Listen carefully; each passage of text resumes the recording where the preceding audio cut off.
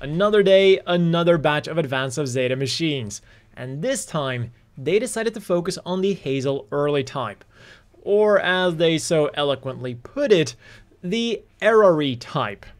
At the start of its life, the early type was nothing more than a gem quell with a Gundam-styled head, but even though it didn't affect the performance, it did have an important impact on morale.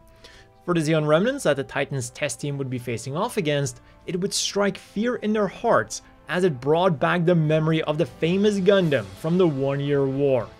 And at the same time, it would bolster morale of allies, because they would now be fighting alongside this fearsome Gundam. Many years later then, when some stragglers of the Titans decided to flee to Mars instead of surrender to the Federation, they would replicate this modification with whatever parts they still had on hand, and designated the Hazel Early type as a commander unit, a role well suited for a Gundam type, although it is of course debatable if it was truly a Gundam, something that even some Titans wondered about back in the day.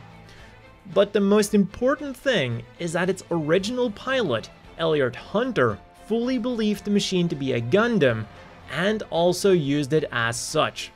Even though this machine was originally only intended for spare parts for the original Hazel, a shortage of units would see this machine pushed into service and modified to test out various pieces of equipment.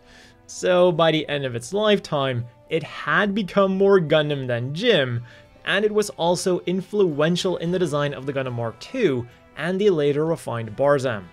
A new illustration we see popping up here then is the Hazel Reserve unit with the Chobham armor. As discussed in the Jim Quells video, the armor here was almost the same as that of the Alex, but only applied to the body and the skirt armor in order to minimize the weight and therefore the effect it had on the mobile suit's mobility. On the modern beam-equipped battlefield, this armor should have been mostly obsolete, but because the main role of the Titans was hunting down Zeon remnants, who still mostly used physical weaponry, this armor did prove useful for the Augusta-based Jims, like the Jim Quell, and possibly even the Jim Custom. Still, for the Titans test team, it would typically only be outfitted to units with higher thrust capabilities to completely overcome the negative effects on the machine's agility. For example, the Hazel Reserve unit equipped with the experimental Tri-Booster unit, a unit that was based on the backpack of the regular Hazel and was originally also intended to be tested out on it, but it was instead used by the Reserve unit. And because of this, the unit would be officially pushed into service and was redesignated as the RX-121-2 Hazel Unit 2. The unit had now officially become a Gundam and was assigned to Elliot Hunter, who now not only had the honor of piloting a Gundam, but also the pressure of piloting a Gundam.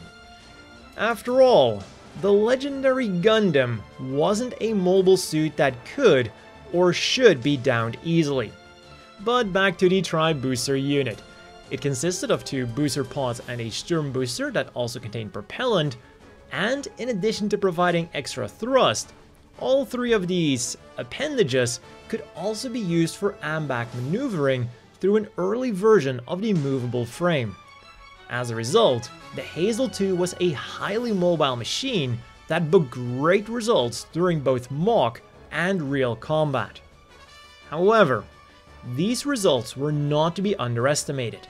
Because the Tri-Booster unit was originally meant for the heavier, regular Hazel, its center of gravity wasn't optimal for the Hazel 2, resulting in an unstable and twitchy machine. But thanks to Elliot Hunter's excellent piloting skills, data was successfully gathered and used to finalize the movable frame technology. Also, comparisons between the Tri-Booster unit and the booster units of the Gundam development project were drawn, suggesting that the Titans might have used some pressure to get Anaheim to hand over the data of the Gundams that no longer officially existed. And if you want to see how the Hazel Unit 2 eventually ended up, you can watch my development history on the unit, which is currently on screen and also down below in the description and the top comment. As for the rest of this video, we'll be having a look at a different evolutionary branch of the Hazel early type, the Hazel Kelderek, named after the hunter from Shardik, another novel written by the author of Watership Down, Richard Adams. And the reason for this is meant to be symbolic. It shows that the machine is still part of the same series, but that it follows a different plan compared to the other TR units. Although, I personally think that they just came up with this reason because they thought it was a really cool sounding name for the machine. So, after the completion of the Gundam Mark II, engineers at Pohnpei Island tried to find ways to mass produce it, and one of these ways was by taking the Hazel early type as a base and testing out various parts of the Mark II to see how viable they were for mass production. The weapons and backpack were taken directly from the Mark II, whereas the legs were outfitted with a variety of different thruster modules. The main goal of these was to increase the mobility of the machine, and inspiration was taken from units of the G4 plan, being the Alex and the Mudrog, and their subsequent developments, the Pale Rider line and the G-line units.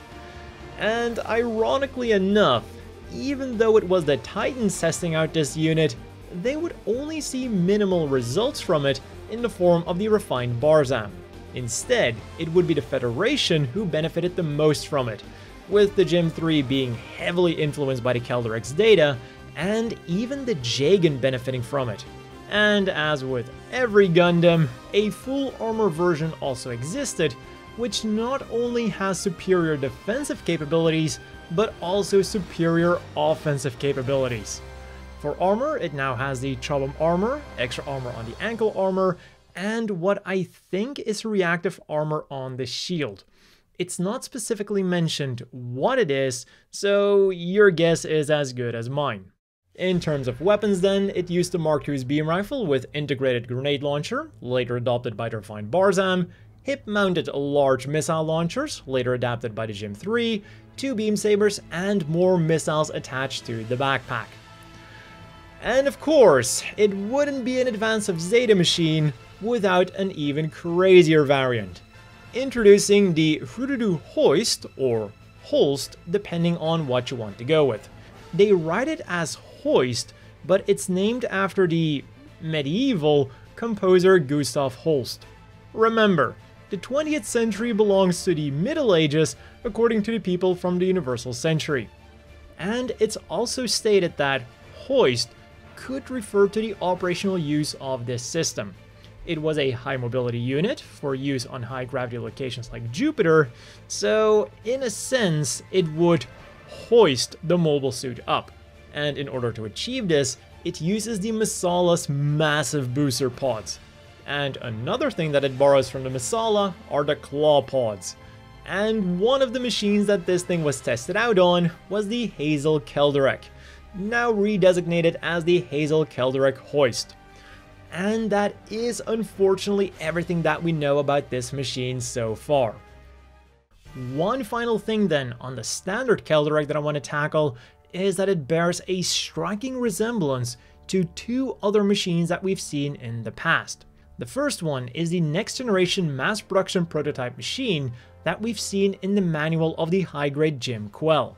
The only 2 differences are the color scheme and the boosters for the legs, and even the name suggests that this was the same machine. After all, the Kelderek was a trial machine for next generation mass production units, so it does stand to reason that the Kelderek was first made as the next generation mass production prototype machine, and then that once it was decided to also use it as a testbed for the leg thrusters, that it was redesignated as the Hazel Kelderek.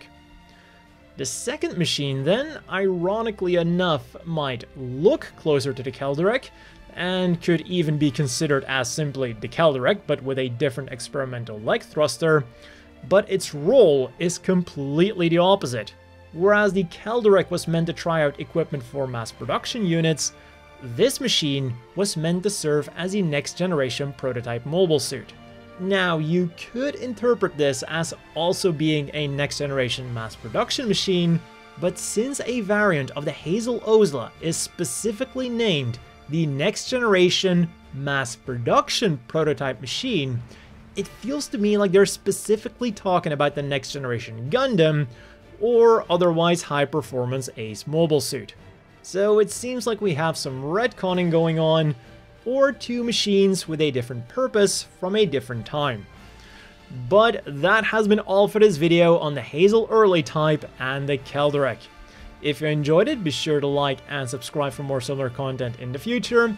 As always, a big thank you to the Patreon supporters. I hope everyone watching has a great day, and I'll see you all next time.